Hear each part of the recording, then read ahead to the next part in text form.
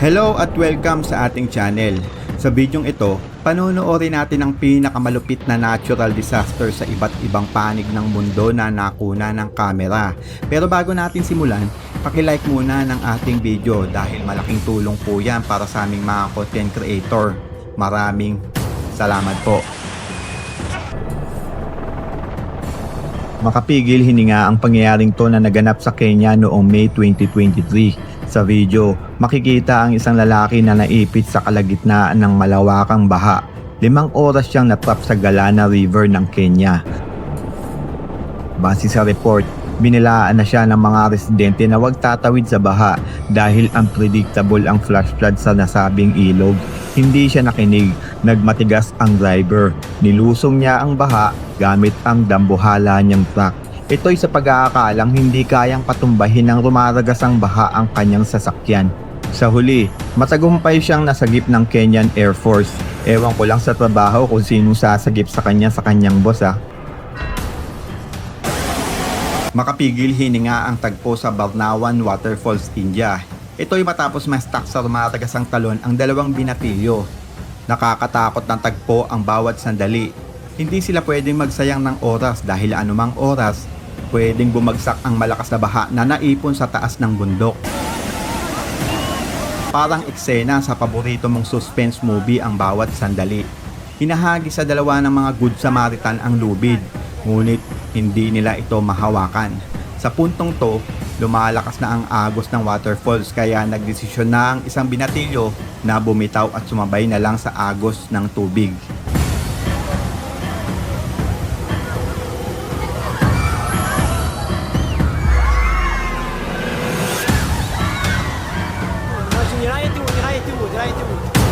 Nagpaiwan ng isa, ayaw bumitaw, gusto pa ata ng atensyon.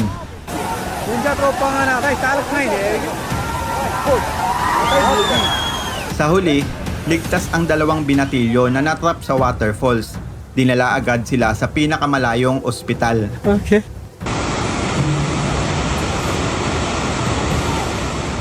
Delikadong maglakad sa tulay pag merong baha, lalo na't ganyang umaapaw na ang tubig. Dahil ang malakas na hampas ng alon ay walang sinasanto.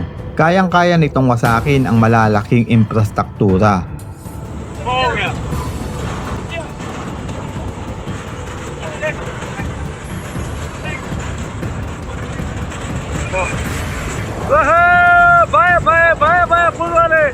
Ayan nga ang nangyari sa Hassanabad Bridge ng bansang Pakistan. Nangyari ito noong May 2022. Winasak ng malakas na baha ang dambuhala nilang tulay.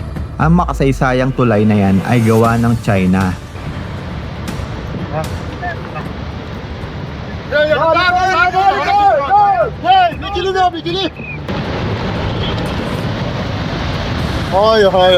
Base sa website, pag-aari noon ng India ang nasabing lugar na kinatitirikan ng tulay. Inagaw lang ito ng Pakistan noong kasagsagan ng kanilang civil war. August 7, 2023. Matapos ang ilang araw na pabugso-bugsong ulan sa Norway, agad na rumagasa ang nagwawalang baha. Ang nasabing ulan ay ang pinakamalakas na bagyo na tumama sa lupa ng Norway sa loob ng 25 years.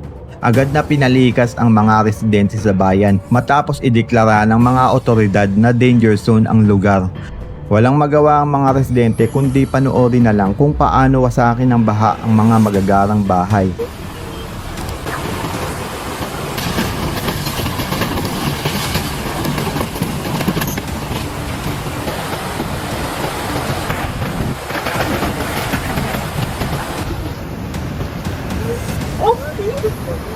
Imagine kung gaano kalakas ang baha para anudin ang malalaking bahay na yan.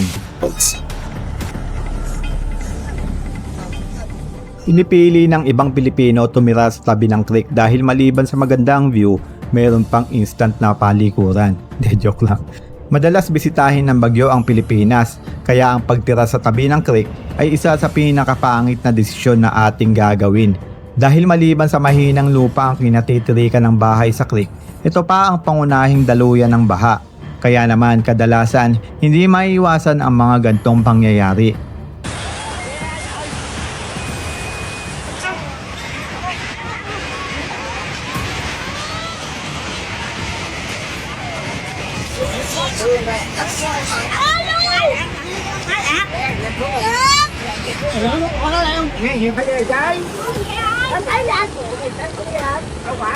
Pinaghahanda na ng pag-asa ang lahat ng Pilipino sa paparating na dilubyo.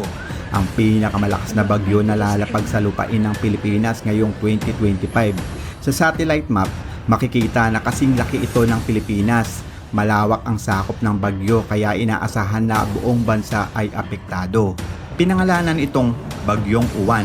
Kalaunan, idineklara din bilang Super Typhoon Uwan. Ang bagyo ay inaasahang magpapakawala ng malakas na buhos ng ulan. Kaya asahan na ang kabi-kabilang landslide, paglubog ng mga kabahayan, storm surge, pag-apaw ng mga ilog, kanal at mga dam.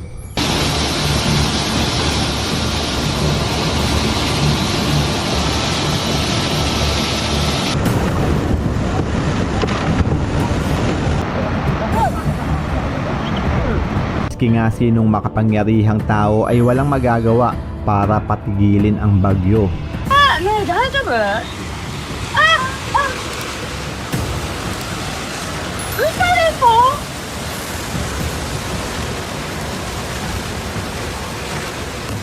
Landslide ang isa sa pinaka-traidor na sakuna dulot ng kalikasan. Bigla na lang itong sumusulpot. Imagine, sa isa kang senaryo na habang natutulog ka ng mahimbing, bigla na lang tinangay ang bahay mo ng maputik na lupa. Ayan nga ang naranasan ng mamamayan ng Atami, Shizuoka, bansang Japan.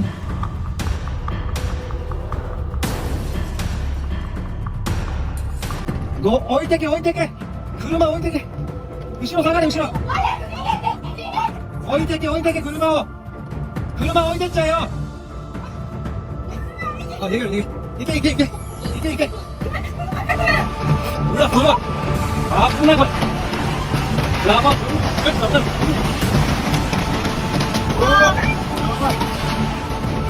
やばっKinukonsidera bilang man-made disaster ang pangyayari dahil sa illegal na pagmimina at pagtutroso sa taas ng bundok. 10 years ago, nagbabala ang mga residente na delikado ang bayan nila dahil sa aktibidad na ginagawa ng mga pribadong kumpanya sa taas. Hindi nakinig ang city government nila, mas inisip ang kikitain ng lokal na pamahalaan. Base sa report, walang nanagot sa nasabing insidente. Naabsuelto sa kaso ang mga namamahala sa kanilang city government. Kung updated kayo sa latest news, yung mga lumubog na bahay sa Cebu dahil sa perwisyong dala ni Bagyong Tino, gantong-ganto yun. Pareho sila ng senaryo. Kinalbo yung bundok sa taas, ang apektado, yung mga residente sa baba.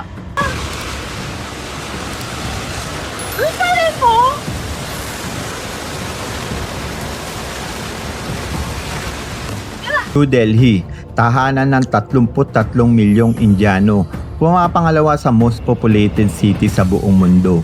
Noong July 2020, matapos ang malakas na buhos ng ulan, nagulantang ang mga residente ng New Delhi, India nang tumambad sa kanila ang isang malaking butas sa kalsada. Mala blockbuster ang eksena, agad tong pinagpiestahan ng mga 800 sa lugar. Habang ang may-ari ng bahay, walang magawa kundi panoorin na lang kung paano kainin ng baha ang lupa na kinatitirikan ng kanyang bahay na ilang taon niyang pinagpaguran para mabuo. Wali kayo!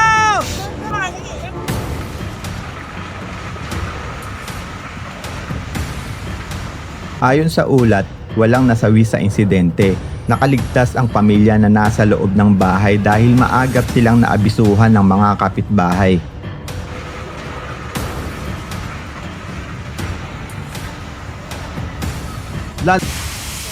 Kuha ang video na to sa kasagsagan ng Bagyong Yolanda. Isinama ko sa ating compilation video para may perspective ka kung gaano kalakas ang pinakamalakas na bagyo na tumama sa lupa.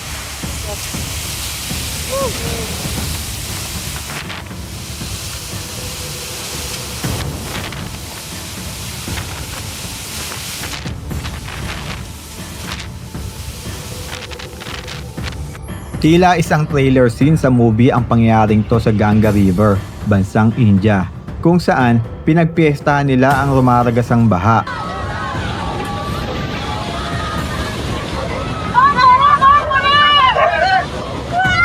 Excited sila dahil sa Hinduism, sinasamba nila ang mga ilog.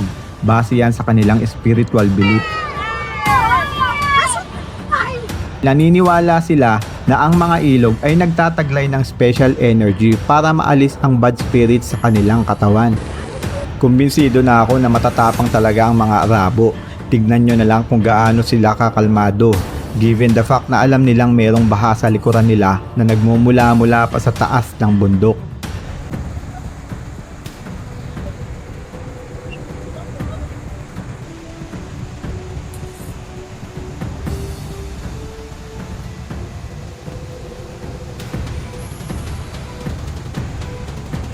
Pinaalalahanan ng Pag-asa ang mga residente na malapit sa dalampasigan na ang bagyong Uwan ay maaaring magdulot ng storm surge na aabot sa 3 metro ang taas.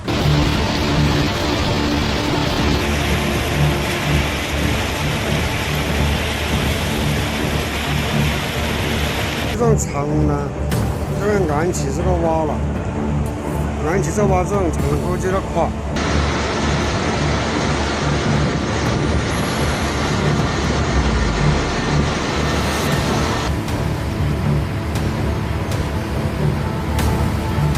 車子全部落下去，然後就沖走咯。